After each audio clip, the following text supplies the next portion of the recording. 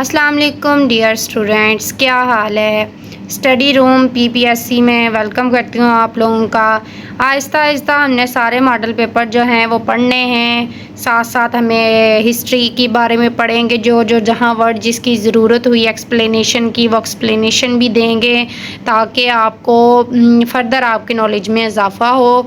आपने पीपीएससी की तैयारी करनी है, किसी भी एग्ज़ाम वन पेपर की तैयारी करनी है, उसके लिए बेस्ट है। आपको आहिस्ता आहिस्ता सारा कुछ करवाऊंगी, बिल्कुल जल्दी से नहीं होता, समझ के आप करेंगे, आप नॉलेज हासिल करके करेंगे तो आप कामयाब होंगे इंशाल्लाह।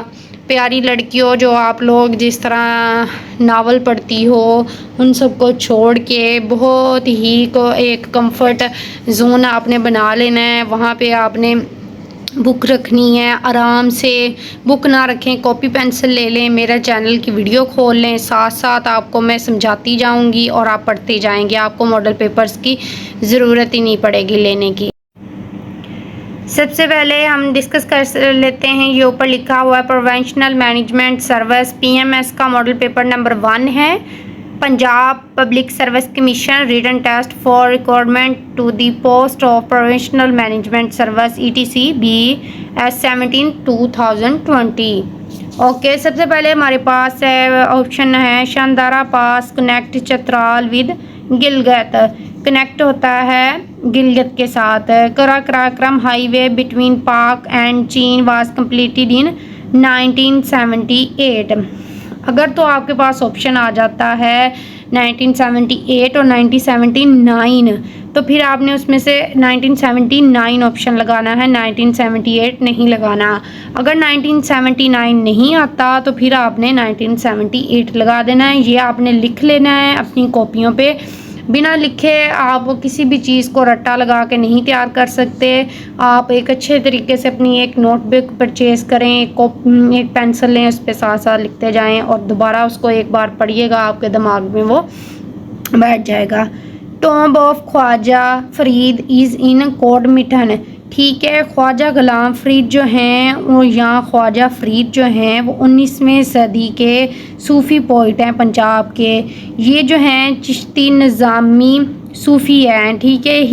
ये जो हैं ये मठन कोट में दफनाए हुए हैं। दूसरा है, आपने कंफ्यूज नहीं होना, एक है फरीदुद्दीन मसूद गंज शकर जो कि 12वीं सदी के पंजाबी मुस्लिम हैं और ये बाबा फरीद के नाम से जाने जाते हैं और ये पाकपतन में इनका जो है वो मज़ार है।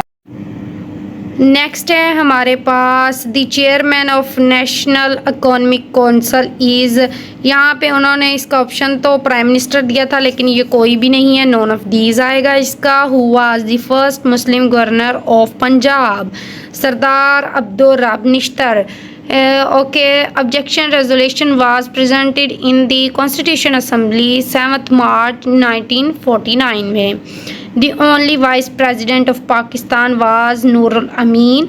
What is the minimum age of senator under 1973 constitution? 1973 constitution के अंदर 30 साल की उम्र होनी चाहिए मिनिमम सेनेटर की।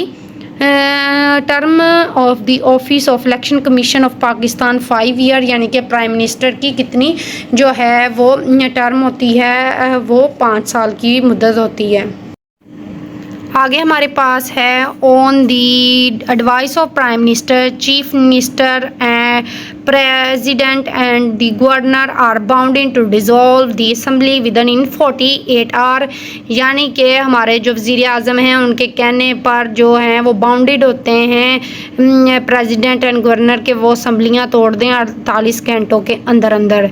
The only Muslim women who attend round table conference Begum Jahan Ara Shahnawaz. Round table conference जो है वो 3 हुई थी, एक 1930 में, एक 1931 में और एक 1932 में।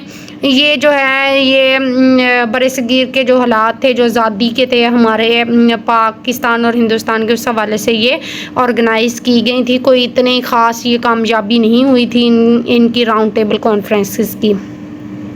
आगे हमारे पास the British sold the Kashmir to Gulab Singh Dogra under the treaty of Amritsar.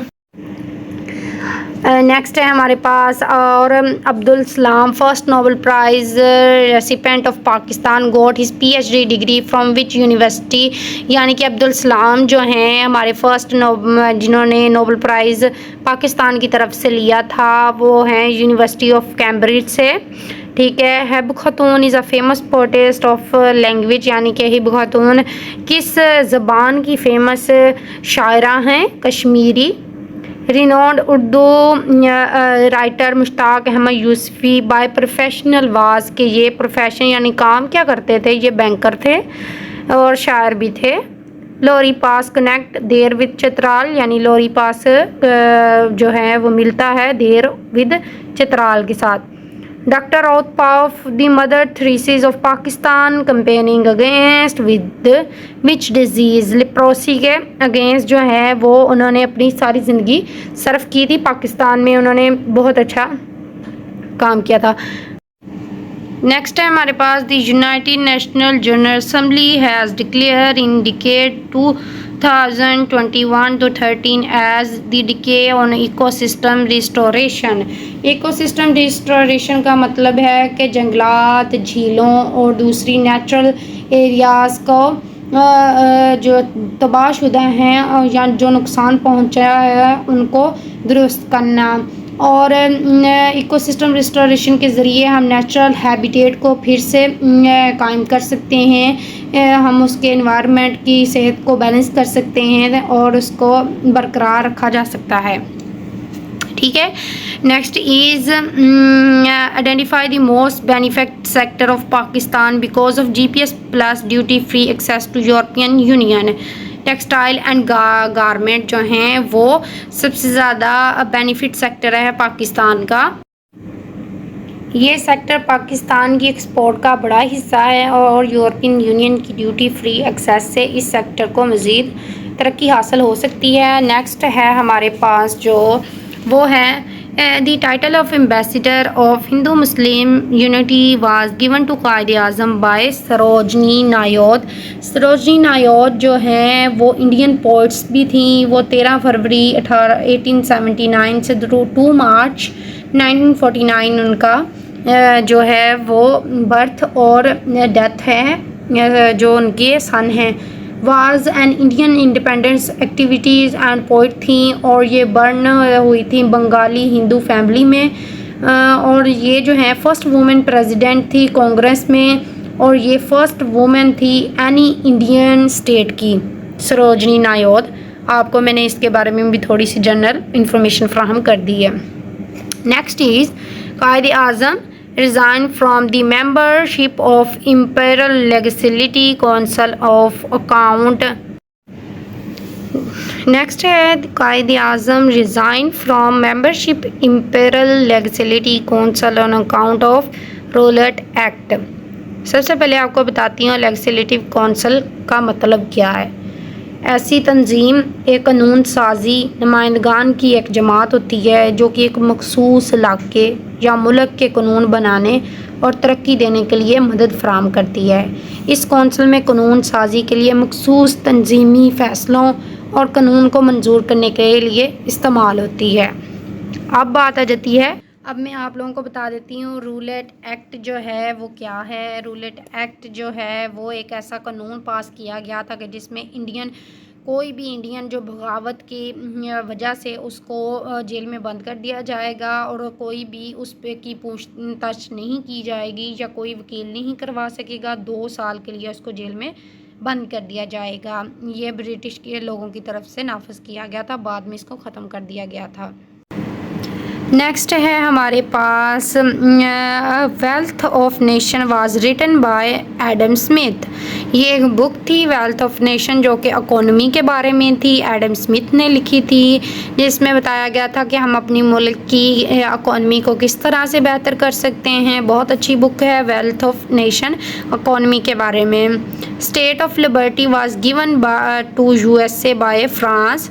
France ने स्टेट ऑफ लिबर्टी USA को दी थी वो इसलिए दी थी स्टेट ऑफ लिबर्टी, जो कि यूएसए के शहर न्यूयॉर्क में मुजस्मा है, लेडी मुजस्मा है, जो कि नाफिज है, काफ़ी ज़्यादा मशहूर भी है।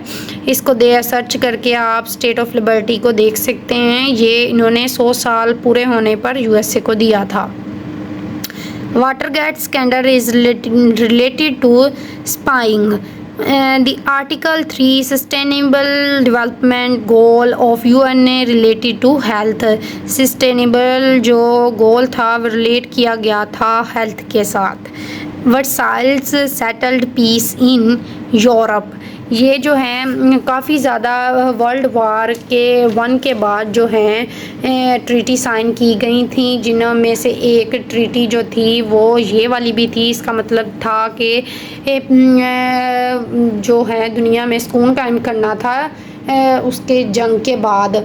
ये ट्रीटी जो है वो पीस के लिए कायम की गई थी। 28 जून 1919 में at the place of Versailles France के एरिया में ये साइन करवाई गई थी। ये साइन करवाई थी अलाइड पावर एंड जर्मनी के दरमियान हुई थी। अलाइड पावर में आ जाता है बरतानिया, फ्रांस एंड रशिया। ये जो मुल्क हैं ये जीत गए थे। इन्होंने फिर जर्मनी से साइन करवाई थी ये वाली ट्रीटी, और इस वाली ट्रीटी को साइन करने के बाद जर्मनी को बहुत बड़ी कीमत अदा करनी पड़ी थी, क्योंकि सारा इल्ज़ाम जो है वो जर्मनी पर आ गया था। जर्मनी को बहुत ज़्यादा नुकसान पहुंचा था इस ट्रीटी में। ठीक है, उनसे बहुत से एरिया ले लिए गए थे, बहुत सी कॉलोनीज़ जो उन्होंने नामज़द की हुई थी वो ले ली गई थी। उनकी टेरिटरी चेंज और उनकी 13 बिलियन टेरिटरी और 7 बिलियन पॉपुलेशन का नुकसान हुआ था, और भी बहुत से नुकसान उनको भरने पड़े थे जर्मनी को इस ट्रीटी में बहुत ज़्यादा नुकसान हुआ था। ठीक है, international monetary fund IMF was created after, यानी कि किसके बाद ये क्रिएट किया गया? ब्रेटन वुड कॉन्फ्रेंस के बाद इसको क्रिएट कर दिया गया था 1940 में। चाइना है claim on part of Indian province of, ठीक है, ये जो है वो चाइना क्लेम करता है कि वो पार्ट है प्रोविंस जो इंडिया का है, और अरुणाचल प्रदेश जो कि अब इंडिया के पास है। The political term shadow cabinet stand for a group specialized criticized in officially opposite party, वो ग्रुप जो कि स्पेशलाइज्ड क्रिटिसाइज करता है ऑपोजिट पार्टी को। यहाँ तक का आज का हमारा था। वीडियो काफ़ी लंबी हो जाती है क्योंकि साथ साथ डिटेल भी देनी होती है, तो चैनल को सब्सक्राइब कर लीजिएगा ताकि एक सीक्वेंस में आपको जो है वो पढ़ा सकूं और आप लोग भी अपने पेपर्स की तैयारी कर सकें। पेपर्स की तैयारी नहीं भी करनी है आपने, लेकिन जनरल नॉलेज आपके पास होना चाहिए। ठीक है, कोई भी जॉब करनी है उसके लिए आपके पास जनरल नॉलेज होना चाहिए। आपको अपना आप पे मेहनत करनी चाहिए, फिर ही आप लोग कामयाब होंगे। अल्लाह हाफिज़।